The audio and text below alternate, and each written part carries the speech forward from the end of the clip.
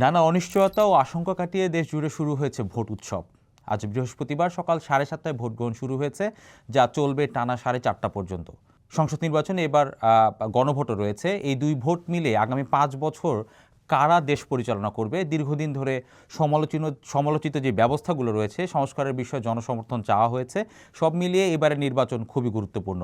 সরাসরি ভোট গ্রহণ হচ্ছে 42,659টি কেন্দ্রে এবং পোস্টাল ব্যালট গণনা হবে আরও 299টি কেন্দ্রে। সব মিলিয়ে 299টি আসনে মোট 42,958টি ভোট কেন্দ্র রয়েছে। এবারের নির্বাচনে মোট 12,72,98,522 জন ভোটার ভোট দিচ্ছেন। এবার কার্যক্রম নিষিদ্ধ থাকায় এবং নিবন্ধন স্থগিত থাকায় ভোটে অংশ নিতে পারছে না বড় একটি রাজনৈতিক দল আওয়ামী লীগ।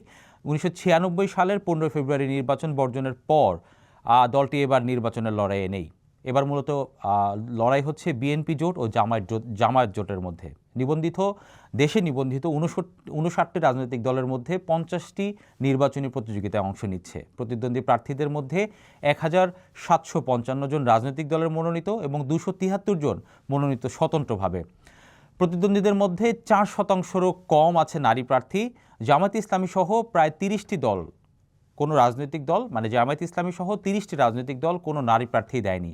চর্চার সঙ্গে থাকুন নির্বাচনের সবশেষ খবর পাওয়ার জন্য।